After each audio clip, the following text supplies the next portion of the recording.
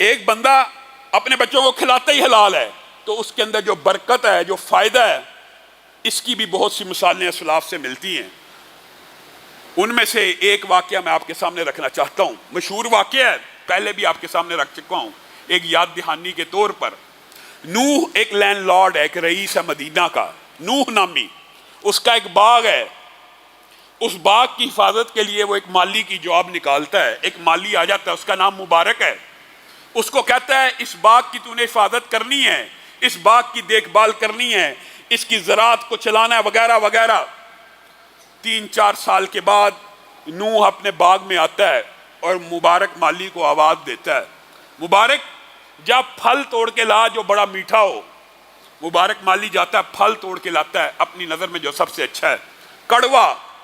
مبارک یہ تو کڑوا پھل ہے، تو باغبان ہے، تو مالی ہے، تجھے ایک عرصے سے رکھا ہوا ہے، جا پھل ایسا لے کے آ جو بالکل خستہ حال اور شستہ ہو اور اس کے اندر مٹھاس ہو۔ اب لے کے آیا ہے، پھر پھل توڑ کے مبارک اب کے ترش نکلا ہے، ایک مرتبہ گلا ہوا نکلا، ایک مرتبہ کڑوا نکلا، ایک مرتبہ ترش نکلا۔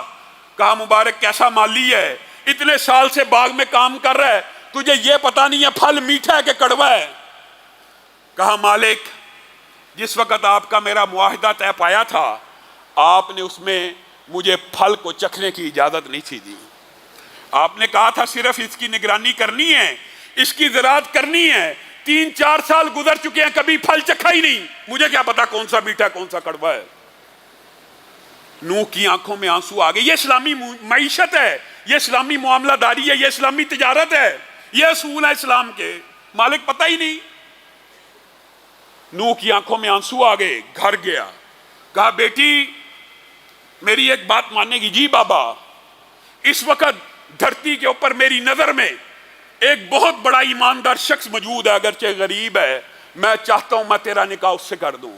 باپ آپ کا حکم سر آنکھوں پہ، اگر ایماندار ہے میری اور کوئی حاجت نہیں ہے۔ نوح نامی شخص نے اپنی بیٹی جو لینڈ لارڈ اور رئیس اور سردار ہے، زمینوں کا مالک ہے، مبارک نامی مالی سے کر دی۔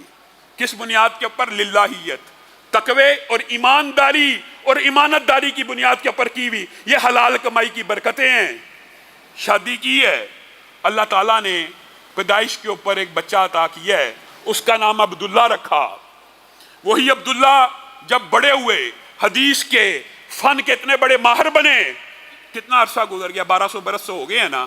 آج بھی عبداللہ ابن مبارک کا نام جب بھی لیا جاتا ہے، حدیث کا ہر طالب علم اس کی آنکھیں جھک جاتی ہیں، کتنا بڑا محدث ہے، اتنا بڑا امام کس شادی کے نتیجے میں پیدا ہوا؟ یہ مبارک مالی کی نوح کی بیٹی سے شادی ہوئی، اللہ نے عطا کیا تو عبداللہ ابن مبارک جیسا بیٹا عطا کیا۔ کون عبداللہ ابن مبارک؟ بات آئی ہے تو سن لیجیے۔ وہ عبداللہ ابن مبارک کہ جس کے ہمسائے میں گھر بک رہا ہے اور ہمسایہ گھر کی قیمت دگنی مانگ رہا ہے۔ لوگوں نے پوچھا یہ گھر تو 8000 کا ہے، آپ 16000 کا بیچتے ہیں؟ کہا 8000 گھر کی قیمت ہے اور 8000 عبداللہ ابن مبارک کی ہمسائیگی کی قیمت ہے۔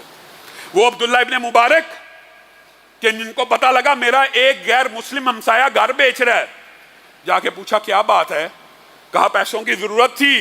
رونا شروع ہو گئے کہ آپ میرے ہمسائے ہیں، اگرچہ غیر مسلم ہیں، مجھے پتہ ہی نہیں آپ کو پیسوں کی ضرورت ہے، گھر بیچنا تو دور کی بات ہے، یہ لیجئے مجھے معاف کر دیجئے، میں آپ کا پتہ نہیں لے سکا، یہ سارے کے سارے پیسے آپ کے ہیں۔ یہ عبداللہ ابن مبارک عیسائی رو رہا ہے کہ یہ کیسا مذہب ہے، آج پیسوں کی ضرورت تھی گھر بیچنے لگا تھا، یہ ہمسایہ اٹھ کے اتنے ہی پیسے مجھے بلا وجہ بغیر کسی سودے کے دے رہا ہے اور مجھ سے معافیہ مانگ رہا ہے۔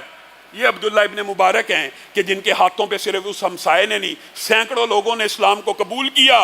لیکن میرے بھائیو، تجارت کے اندر بھی ایمانداری کی ایک اہمیت ہے۔ اسی عبداللہ ابن مبارک کے شاگرد نے خواب دیکھا۔ کیا دیکھا؟ کہ عبداللہ ابن مبارک کو جب دنیا سے چلے گئے، خواب حجت نہیں ہوتے، لیکن بعض خواب برائے تنبیہ اور برائے اصلاح ضرور ہوتے ہیں۔ یہ خواب انہی میں سے ہے۔ ان کے شاگرد نے جب دنیا سے چلے گئے خواب دیکھا، عبداللہ ابن مبارک کو اللہ تعالیٰ نے جنت میں بہت اونچا مقام دیا ہے، لیکن کیا دیکھتا ہے کہ ان کے ہمسائے میں ساتھ ہی اوپر جو عبداللہ ابن مبارک کے گھر کے سامنے لوہار کام کرتا ہے، وہ بھی جنت میں داخل ہو چکا ہے، اور عبداللہ ابن مبارک سے بھی اوپر بالا خانے میں رہ رہا ہے۔ یعنی دنیا میں بھی ہمسایہ، اللہ نے آخرت میں بھی ہمسایہ بنا دیا۔ اب اس طالب علم کو بڑی حیرانگی ہوئی کہ میرا استاد، میرا شیخ اتنی حدیثوں کا حافظ تھا، اتنے محدث، اتنے علماء، اتنے فضلاء پیدا کیے، وہ تو جنت میں چلا ہی گیا، ایک سامنے عام لوہار وہ کیسے جنت میں چلا گیا؟ اتنے بلند مقام پہ عبداللہ ابن مبارک کا ہمسایہ کیسے بن گیا؟ اٹھا، اس لوہار کے پاس چل دیا اور جا کے پوچھا مجھے کوئی اپنا ایک عمل ایسا بتا دے کہ جس کی وجہ سے میں جان سکوں کہ اللہ تعالیٰ نے تجھے اتنا بلند مقام کیوں دینا ہے۔ کہا مجھے اپنا کوئی عمل نہیں پتا، صرف 2 عمل جانتا ہوں۔ میرے بھائیو، یہ ایمانداری ہے، یہ اخلاص ہے، یہ انما الاعمال بالنیات کا نتیجہ ہے۔ آج کسی کے پیسے دینے نیت کیجئے، اللہ کی قسم اللہ آپ کی مدد میں لگ جائے گا، آپ اس کے سارے پیسے بھی اتار دیں گے، آپ کی نیت کے مطابق آپ کی آخرت کا فیصلہ ہوگا۔ بندہ خلوص نیت سے نیت رکھتا ہوں میں نے ایک ایک پائی ہر بندے کی لٹا کے اس دنیا سے جانا ہے، اسی نیت کے اوپر حساب ہونا۔ یہ لوہار ہے، لوہار کہتا ہے ایک تو زندگی میں کبھی حرام نہیں کمایا، ایک کام یہ کیا، اور دوسری بات میرے ذہن میں یہ خیال تھا کہ جب بھی اللہ تعالیٰ کی پکار آئے گی تو میں یہ نہیں تھا دیکھتا میں کیا کام کر رہا ہوں، حتیٰ کہ کئی مرتبہ ایسا ہوتا تھا میرے سامنے لوہا گرم تھا، ہتھوڑا میں اٹھاتا، ہاتھ پیچھے چلا جاتا اور وہاں سے مؤذن اذان دیتا، صدا کہتا اللہ اکبر اللہ اکبر، میں ہتھوڑا آگے نہیں چلاتا، پیچھے پھینک دیتا تھا۔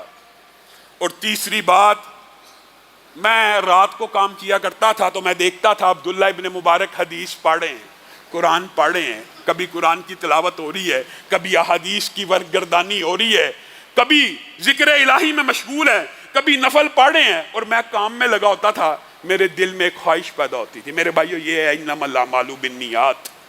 اللہ جتنا تو نے امیر عبداللہ ابن مبارک کو بنایا ہے، میں تو محنت مزدوری کرتا ہوں، میرے پاس تو وقت نہیں ہے، بیوی بچوں کو پالنے کے لیے بھی میرے پاس ٹائم کم ہے، سارے دن محنت کے بعد چند ٹکے کماتا ہوں۔ اللہ اگر عبداللہ ابن مبارک جتنی دولت مجھے دے دے تو میں بھی عبداللہ ابن مبارک جیسی عبادت تجھے کر کے دکھاؤں گا، میں بھی عبداللہ ابن مبارک جیسا قرآن تجھے پڑھ کے دکھاؤں گا، میں بھی عبداللہ ابن مبارک جیسا ذکر تجھے کر کے دکھاؤں گا۔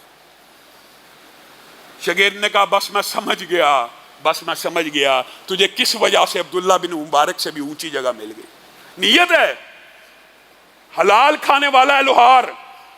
اسی لیے نبی کریم نے کہا جو تاجر ایماندار ہوگا تو صرف ایماندار وہ نبیوں صلحاء کے ساتھ شہیدوں کے ساتھ ہوگا۔ اللہ رب العزت جو کہا گیا جو سنا گیا اس کو سمجھنے کی توفیق عنایت فرمائے۔